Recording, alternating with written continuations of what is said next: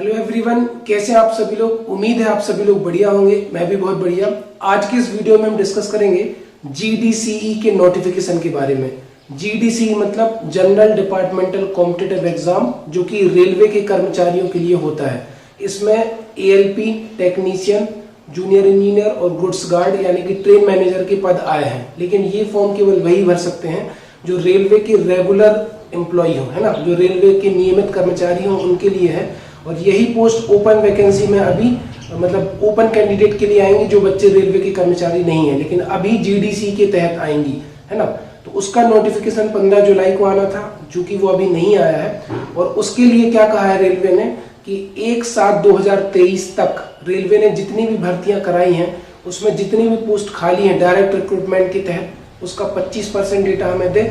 और ये डेट है 1/7/2023 से 1/7/2025 तक, मतलब 2025 तक जो भर्तियां होनी है उसका भी, और 1/7/2023 तक जो भर्ती हो गई है उसका भी, उस पूरे का डेटा मिलाकर 25% जो भर्तियां होंगी ना, उसका रिक्रूटमेंट रेलवे करने वाला है। इसमें आपको जूनियर इंजीनियर, एएलपी टेक्नीशियन और इसके अलावा गुड्स गार्ड यानी कि ट्रेन मैनेजर की पोस्ट निकली है। और जीडीसी का फायदा ये है कि इसमें केवल सिंगल एग्जाम होना है। जब आप ओपन एग्जाम देंगे ना तो उसमें आपको प्री देना पड़ेगा, मेंस देना पड़ेगा, एएलपी के लिए साइको देना पड़ेगा। लेकिन यहाँ पर केवल आपका सिंगल एग्जाम होगा। लेकिन जीडीसी में ओपन एग्जाम की तरह मेडिकल भी होता है, डॉक्यूमेंट वेरिफिकेशन भी होता है, सब होता है। बस एग्जाम एक होगा और लेवल भी थोड़ा सा कह सकते हो कि ओपन एग्जाम से लो हो सकता है, ठीक है। तो ये तो होगी बात ओपन एग्जाम की। अब इसमें जो फॉर्म की डेट आनी थी वो 15 जुलाई से 14 अगस्त तक फॉर्म भरे जाने थे। हालांकि अभी ऑफिशियल नोटिस नहीं आया है कि कितनी वैकेंसी है। और इस बार सेंट्रलाइज लेवल पर एग्जाम है, मतलब सारे आरआरसी मिलकर, सभी आरआरसी का केवल एक एग्जाम होगा। आपको पता होगा कि जो जीडीसी का एग्जाम है वो आरआरसी यानी कि रेलवे रिक्रूटमेंट सेल कराता था अभी तक। जैसे ग्रुप डी का एग्जाम आरआरसी कराता है, वैसे ही जीडीसी का एग्जाम भी आपका आरआरसी कराता था। लेकिन इस बार सेंट्रलाइज लेवल पर होगा, यानी कि सभी जोन्स का मिलाकर एक एग्जाम। तो उसमें वैकेंसी भी अच्छी खासी आएंगी। अब बात रही कि आपको टाइम कम मिलेगा। जैसी डेट आएगी ना, तो अभी चुनाव भी है, तो अगस्त सितंबर अक्टूबर में एग्जाम होने की पूरी उम्मीद है। तो आपको 2 से 2.5 महीने का टाइम मिलना है। अब बात आती है कि कौन से बच्चे इसका फॉर्म भर पाएंगे। तो देखो, जो 2019 में जो बच्चे ज्वाइन कर लिए है ना, उनको भी मौका मिलेगा, क्योंकि उनने रेगुलर एम्प्लॉय माना है, सर्विस की कोई लिमिट नहीं मांगी है। आपकी बस पिछले महीने की सैलरी आ गई हो, आपके पास पीएफ नंबर यानी कि एम्प्लॉय नंबर हो, एचआरएमएस आईडी हो, उसमें लिखा है कि आई पास नंबर होना चाहिए, IPAS। तो I pass number, PF number, employ number एक ही बात है, जो कि 11 अंकों का होता है। अगर आपने 1 महीने जॉब कर ली होगी तो पीएफ नंबर, एम्प्लॉय नंबर आ गया होगा। एचआरएमएस आईडी आप ज्वाइनिंग के टाइम गए थे तो तब क्रिएट हो गई थी। उसके बाद आपका मोबाइल नंबर, ठीक है। इसके बाद आपकी जीमेल आईडी, पूरा address, father name, mother name, date of birth, technical education. और इसके अलावा आप कह सकते हो कि इतना सब लगने के बाद आपके डॉक्यूमेंट भी अपलोड होंगे। उसमें लास्ट मंथ की सैलरी स्लिप भी लगती है।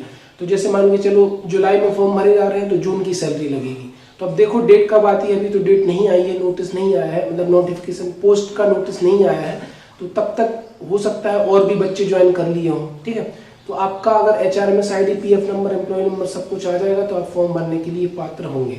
अब ध्यान रखना, जूनियर इंजीनियर, एएलपी टेक्नीशियन में टेक्निकल एग्जाम होता है, गुड्स गार्ड में नॉन टेक्निकल एग्जाम होता है, और लेकिन यहाँ पर सिंगल एग्जाम होगा।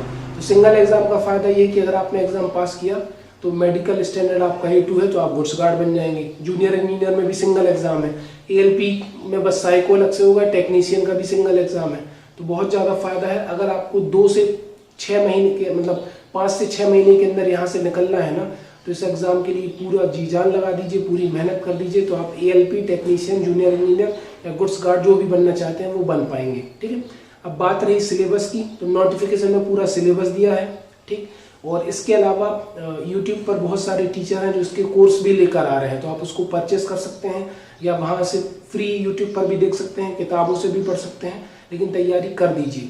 अब ये मत कहिए कि मेरे पास टाइम नहीं है, मैंने अभी अभी ज्वाइन किया है, टाइम नहीं मिल रहा है।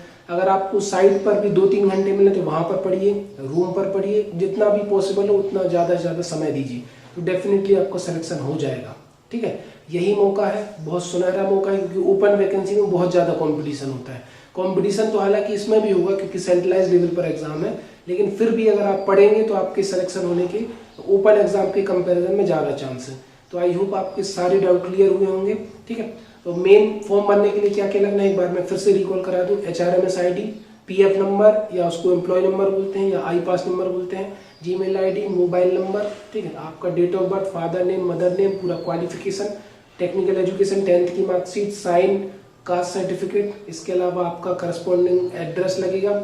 एड्रेस के बाद आपकी लास्ट मंथ की पे स्लिप लगेगी, लास्ट मंथ की सैलरी स्लिप लगेगी, ठीक है, और इतना, और वर्किंग यूनिट, हाँ, और मेन आपको स्टेशन अलॉट हो जाना चाहिए कि किस स्टेशन में आप पोस्टेड है, तभी आपका सिलेक्शन, क्योंकि उसमें मांगता है कि वर्किंग यूनिट क्या है, ठीक है, और वर्किंग डिस्क्रिप्शन क्या है, पोस्ट क्या है, वो सब आपको भरना पड़ेगा। जैसे आप ट्रैक मेंटेनर है, ट्रैक मेंटेनर 4 स्टेशन का नाम भरना पड़ेगा आपको, ये सारा कुछ उसमें लगता है, ठीक है। तो अगर आपको स्टेशन अलॉट हो गया है, लगभग आपको 1 महीना हो गया है, लास्ट मंथ की सैलरी आ गई है, ठीक है, अभी नोटिस नहीं आया है, तो भगवान से दुआ करो कि आपका 1 मंथ पूरा आ जाए फिर नोटिस आए, ठीक है। तो आई होप आपके सारे डाउट क्लियर हुए होंगे। और जब मैंने स्टार्ट कर दी है, मैं धीरे धीरे आपको बुक्स और कहाँ से मैं पढ़ रहा हूँ वो सोर्स भी बता दूंगा। तो अगर आपको वीडियो इन्फॉर्मेटिव लगा हो तो ज़्यादा से ज़्यादा लोगों को शेयर करिए। मिलते हैं इस तरह की यूजफुल और इन्फॉर्मेटिव वीडियोज़ के साथ अगली बार। थैंक यू सो मच, धन्यवाद, बाय।